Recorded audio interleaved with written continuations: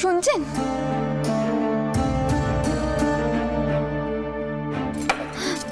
আপনাকে নিচে ছোট বৈঠকখানে কেউ ডাকছেন। আমি কিন্তু তাকে কয়েছি আপনার শরীরখানা ভালো নয়, আপনি যেতে পারবেন না। এখন হঠাৎ কে এলো? যেই আসুক না কেন আপনি কোথাও যাবেন না। নিন বসুন তো। এই নিন, কে নিন। আপনার শরীরখানা কিন্তু ভালো নেই। এই অবস্থায় এত ওঠানামা করা ঠিক নয়। আপনার যা অবস্থা হয়েছিল তা যদি আপনি জানতেন। তাই বলে তো বাড়িতে বসে থাকলে চলবে না। আমি যাই গিয়ে একবার দেখে আসি কে। আপনি যাবেন না কোথাও? শুনছেন? দাঁড়ান বলছি, যাবেন না আপনি। আরে রাঘব আবার হন্তদন্ত হয়ে কোথায় ছুটলো? আমি এদের সকলকে বারবার করে কইছি এই সময় এভাবে ছুটোছুটি করা ভালো নয়, কিন্তু কে কার কথা শোনে? হ্যাঁ মাসিমণি, আমিও তো নিষেধ করলুম। তিনি যদি আমার কথা শুনতেন তাহলে তো ওই যেত। এই ফল মিষ্টিটুকুও পর্যন্ত কে গেলেননি। মাসিমণি, হ্যাঁ মেশিবাবু কিছু খেয়েছেন? হ্যাঁ খেয়েছে, অবশ্যই তা অনেক কষ্টে। আর তুমি তোমার বে তো ভেঙেছো তো? না ভেঙে কি কোনো কোনো উপায় আছে ক? তোর বেশুবাবুকে তো তুই চিনিস, যা জেদ ওনার, শুধু জেদ করেই কাটিয়ে দেন। আর আমি তোকে কইছি বউ, এই যে জেদ করা ভূপাল রাঘব না, ওনা থেকে শিখছে। বৌমার সামনে আর আমার কত বদনাম করবে? হ্যাঁ, এটাও দেখলি তো, দেখলি আপনাকে নিয়ে যে আমি কি করব না বুঝে উঠতে পারিনি। আপনি আবার উঠে এলেন কেন? রাঘবের সাথে দেখা করতে এসেছি। তা সে কোথায়? তাকে তো দেখছি না বৌমা। আপনার বেটা আর আপনার জামাই তো আপনারই দাঁত পেয়েছে, নিচে কোন নো খেয়েছে, তাই সে সেখানে ছুটেছে। যথারীতি নিজের বউয়ের কথা না শুনে দেখুন না, দেখুন কাবারে তালাকানো ওভাবেই পড়ে আছে। আমি না আপনাকে কইছি, এই জেদ করার স্বভাব না সকলে আপনার থেকেই শিখছে। এটাও আমার দোষ? তুমি তো ওদের কোনো দোষ, কোনো অন্যায় দেখতেই পারো না, সব আমার দোষ। এই যে বাবা রাঘব, এসে পড়েছো? তোমার মাসিমণি আমি দোষারোপ করছেন আমার জন্য নাকি তোমার বিশ্রাম হচ্ছে না। শোন বউ শোন, তুই শুনলি তো আমি এই কথা কেন কখন কইলুম রে? হ্যাঁ, আমি শুধু কইছি ভূপাল আর রাঘব নিজের শরীরের দিকে খেয়াল রাখছে না, আর তারা তাদের বউদের কথাও শুনছে না। বাবা রাঘব, তোমার শরীর তো এখনো তেমন ভালো হয়নি, তুমি দয়া করে এভাবে ছুটোছুটি করো নে। তুমি তুমি আমাদের কথা কানে একটু শোনো। মাসিমণি, আমি অন্তত সম্পূর্ণ সুস্থ রয়েছি, আপনি কিছু চিন্তা করবেন না। মেশবাবু, নদিয়া থেকে একজন দেখা করতে এসেছে। সে গুরুমশাইয়ের শিষ্য। সে বলছে যে নদিয়াতে নাকি বড় রকমের বিদ্রোহ শুরু হয়েছে। ওই যে দুজন কৃষক, বিষ্ণুচরণ বিশ্বাস আর দিগম্বর বিশ্বাস, এরা দুজন রাতের অন্ধকারে গ্রামে গ্রামে হানা দিচ্ছে। মেশবাবু, দু একদিনের মধ্যে আমি একবার নদিয়াতে যাই, ওদের সাথে যোগাযোগ করি। তাছাড়া রানীমা তো বলেছেন যে এই বিশ্বাস মশাইদের সঙ্গে তিনি একবার সাক্ষাৎ করতে চান। আমি গিয়ে ওদের সাথে কথাবার্তা বলি, আপনি কি বলেন? ও কি আবার কেমন ধরনের কথা রাঘব? হ্যাঁ, তুমি এই অবস্থা আবার কোথায় যাবে? শুনুন, আপনি দরকারের নোট পাঠান নে। আহা, কিভাবে যোগাযোগ করবে সেই নিয়ে নয় ভাবা যাবে, কিন্তু যোগাযোগ করাটা জরুরি।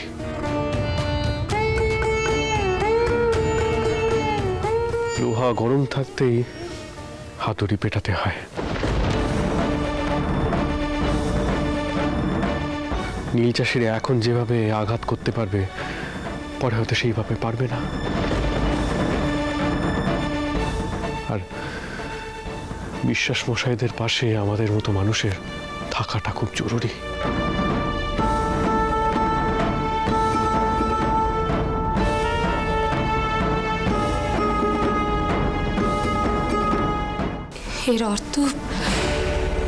এর অর্থ তার মানে সরকার বাহাদুরের বিরুদ্ধে যাওয়া।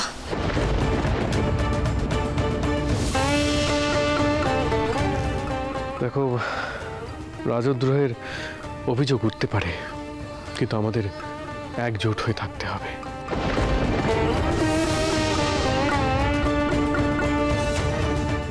না হলে নীল চাষিদের দুর্দশা ঘুচবে না।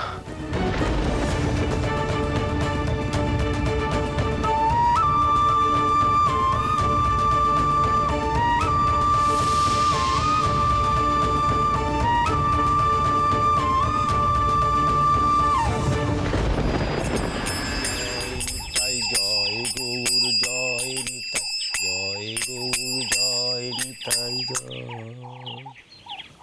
কই গো মা, কিছু ভিক্ষে মিলবে? জয় গৌর। দাঁড়াও বাছা, দাঁড়াও দাঁড়াও। ও শ্যামা, দাঁড়াও গো বৈষ্ণব ঠাউর, আসছি আসছি, এই তো।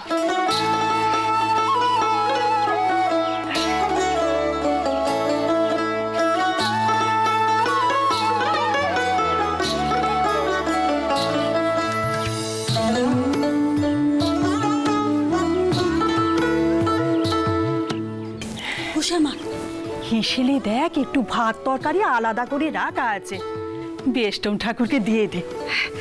দাঁড়াও গো একটু, হ্যাঁ, তোমাকে আলাদা পাত্রে ভাত আর তরকারি দেবো, হ্যাঁ। জয় গৌর জয় গৌর, তোমার কল্যাণ হোক মা।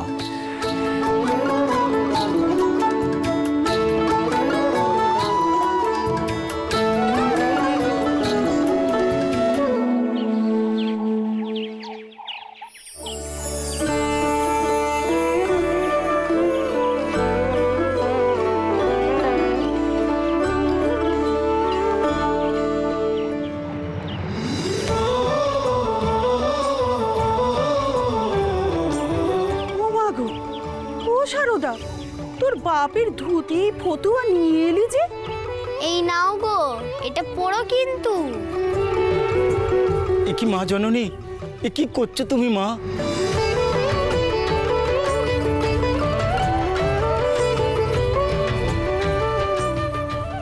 তোমার জামা যে ছিঁড়ে গেছে গো।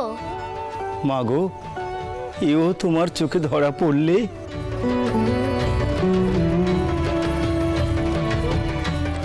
ওর পরাণে খুব দয়া মা গো বৈষ্ণব ঠাকুর।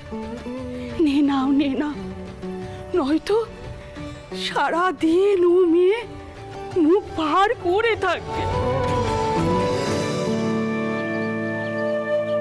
নিয়ে যাও, নিয়ে যাও। ঠিক তাই, আমার মেয়ে যখন দিচ্ছে কাপড়খানা নিয়ে আমাদেরকে ধন্যি করো। সারদা আবার কারোর কষ্ট সহ্য করতে পারেনি। কি হলো, নাও।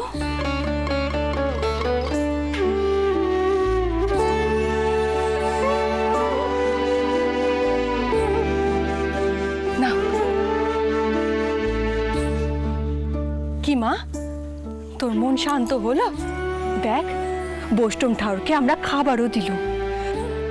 পেট ভরে খেও কিন্তু।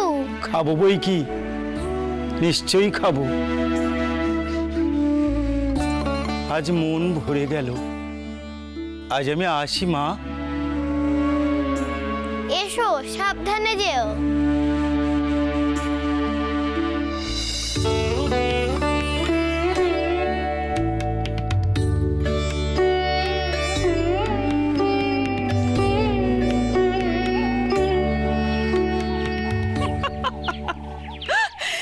মা গো মা, মেয়ের কথা শুনেছিস? বলে কিনা সাবধানে যেও। ও মেয়ে, বলি ঠান্ডি কে, আমি না তুই? আয়, আয় দেখিনি এদিকে, আমার সাথে বসে চাল বাছা শেখ। আয় আয় আয়। বলি আজ বাদে কাল তোর বাপ তো বিয়ে দিয়ে দেবে। সৌর ঘর গিয়ে তখন কি করবি? চল চল চল চল চল। কান দিদি,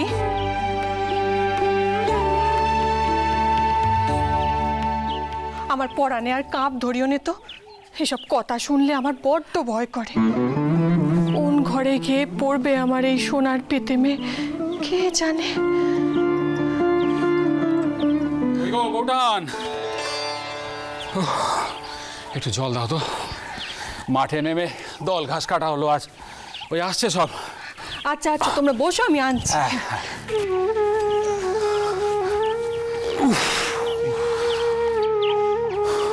বুঝলে নান্দি, রোজের যা তেজ, তাতে এরপর মাঠে কাজ করা বড় কঠিন হয়ে যাবে। তেজটা একেবারে ছাতি ফেটে যাচ্ছে। আনছি আনছি।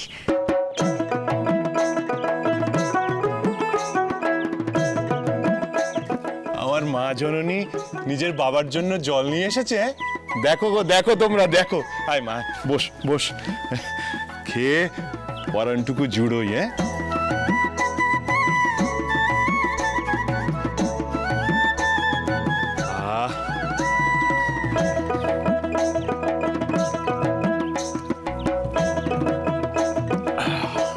আচ্ছা, এই কি রাম মুকুজ্জমশায়ের ভদ্রাসন?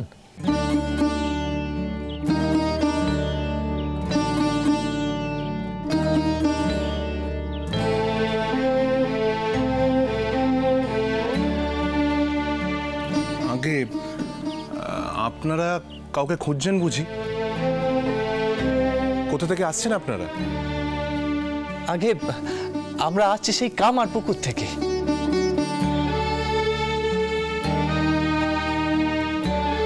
কামার পুকুর, সে তো একটু দূরের গা।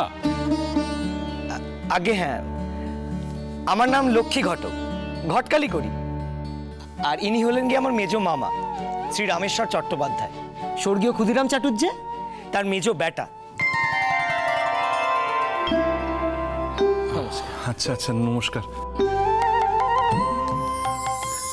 আমি কামার পুকুরের স্বর্গত ক্ষুদিরাম চাটুর্যের ছোট বেটা।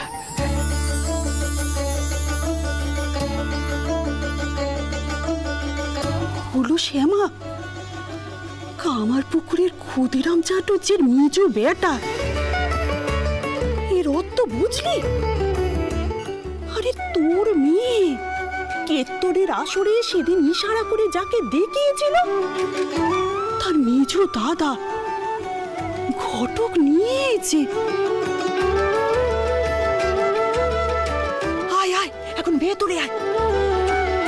সব কথা পরে নয় হবে, আপনারা আপনারা দয়া করে ভেতরে আসুন। রোদে পুড়ে এসেছেন, একটু একটু জল বাতাসা মুখে দিন, তারপর নয় কথা হবে। আসুন আসুন, ভেতরে আসুন, আসুন আসুন।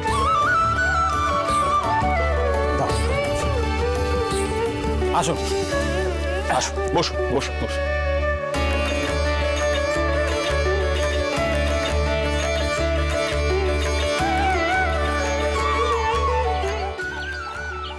কই গো সারদার মা, ওনাদের জন্য একটু জল বাতাসা নিয়ে এসো আগে।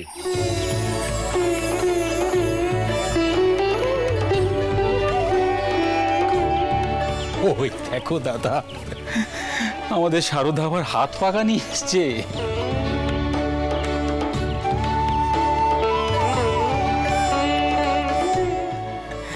দাও মা দাও, আমাকে দাও, আমি বাতাস করে দিচ্ছি অতীতদের।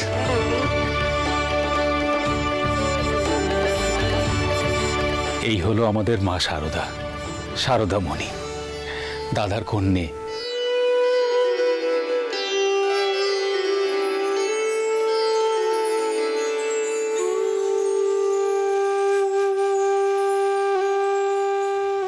কি জানেন তো, ওর অন্তরে বড় মায়া দয়া।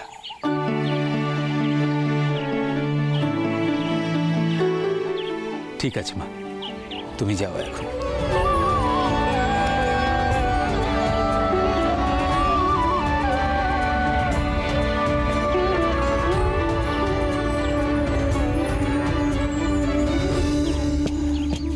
আরে আচ্ছা, এইসবের কি দরকার বলুন দেখি? খান খান খান। আপনি আবার বাতাস করছেন কেন? আমরা এখানে এসেছি এক বিশেষ কারণে।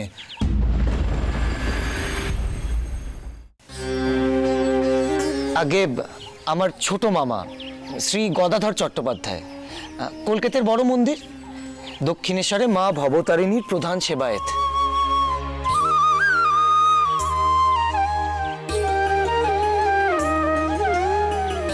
তিনি মায়ের আদেশ পেয়েছেন। তার ধারণা এই গৃহেই তার বিবাহ হতে চলেছে।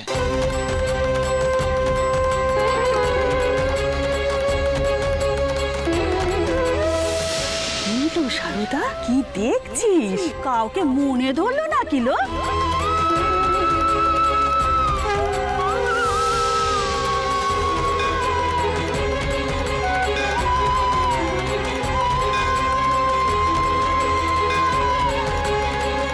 আগে যদি কিছু মনে না করেন, তিনি হঠাৎ এমন আদেশ পেলেন কি করে? আগে আমার ভাই একটু ভিন্ন প্রকৃতির, আপনারা দেখলেই বুঝতে পারবেন। ও আর 5 জনের মতো নয় কো। হ্যাঁ, মামার ভক্তি, বিশ্বাস, পুজোর ধরন সবই আলাদা। কইছি, আপনার বড় মেয়ের বয়স কত? মানে ওই যে মেয়েটি হাত পাকা নিয়েছিল, তার দিদির কথা শুধুচ্ছি। ওই তো আমার বড় মেয়ে। কি কইছেন কি? ও তো নিতান্তই বালিকা। হ্যাঁ, তবে আমি গৌরীদানের সিদ্ধান্তই নিয়েছি।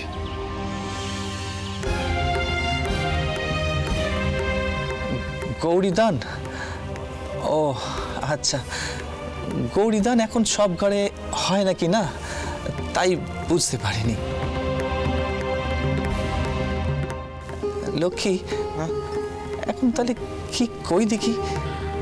আগে চাটুর্যে মশাই, মা সারদা হলো আমাদের চোখের মণি। আমরা স্থির করেছি ওর বিয়ে আমরা বড় ধুমধাম করেই দেব। মানে বর দেখে, ঘর দেখে, এমন সোনার পৃথিবীকে তো যোগ্যী ঘরেই দিতে হবে। আগে তা তো বটেই, তা তো বটেই। আমরা তো বললামই এখানে কেন এসেছি।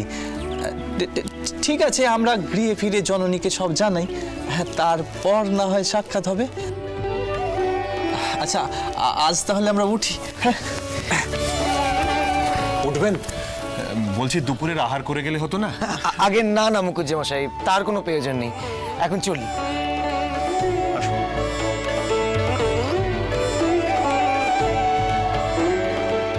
গদাই যে আর কত বিপদে আমাদেরকে ফেলবে কে জানে। চলো এখন মামা, এসো। এসব কি কাণ্ডি বলো দেখিনি দাদা? কে কোথায় আদেশ পেলে আর আপনি সারদা সম্বন্ধে নিয়ে চলে এলে? এমন ধারা হয় নাকি? শ্যামা, তুই কিচ্ছুটি ভুলবি না। সেদিন কীর্তনের আসরে কি ঘটেছিল? দাঁড়াও না ঠান দিদি, দেখছো তো ঠাউরপো কেমন তেতে রয়েছে। এই সময় আমি কথা কইতে যাব? সত্যি কি কইবার মতো কিছু ঘটেছে নাকি? সারদার কতই বা বয়স, কি দেখাতে কি দেখিয়েছে কোনো ঠিক আছে নাকি?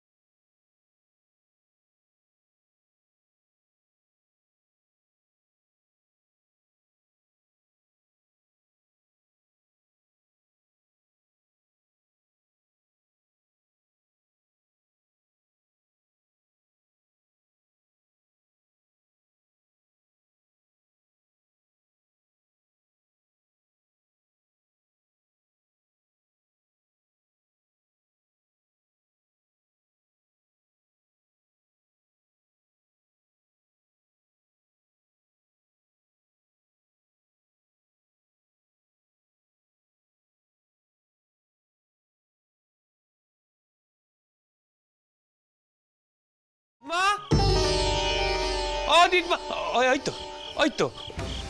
ও, তোমার ছোট বেটাও আছে দেখছি। এদিকে এসো। সুদো, সুদো, তোমার ছোট বেটারে সুদো। সে আমাদের কি পেয়েছে? সুদো দেখিনি এক্ষরে নিজের ইশারা আমাদের নৃত্য করাচ্ছে। কি হচ্ছে হৃদয়? এসে গদাইয়ের পিছে পড়লি কেন তুই?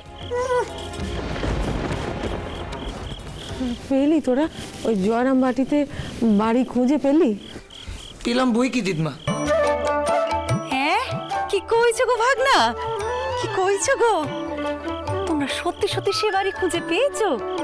আর আর সে বাড়িতে বুঝি সত্যি বেদযোগী মেয়ে আছে? ঘটিকানা দাও দেখি। হ্যাঁ হ্যাঁ, আসুন আসুন, এই যে। কি হয়েছে?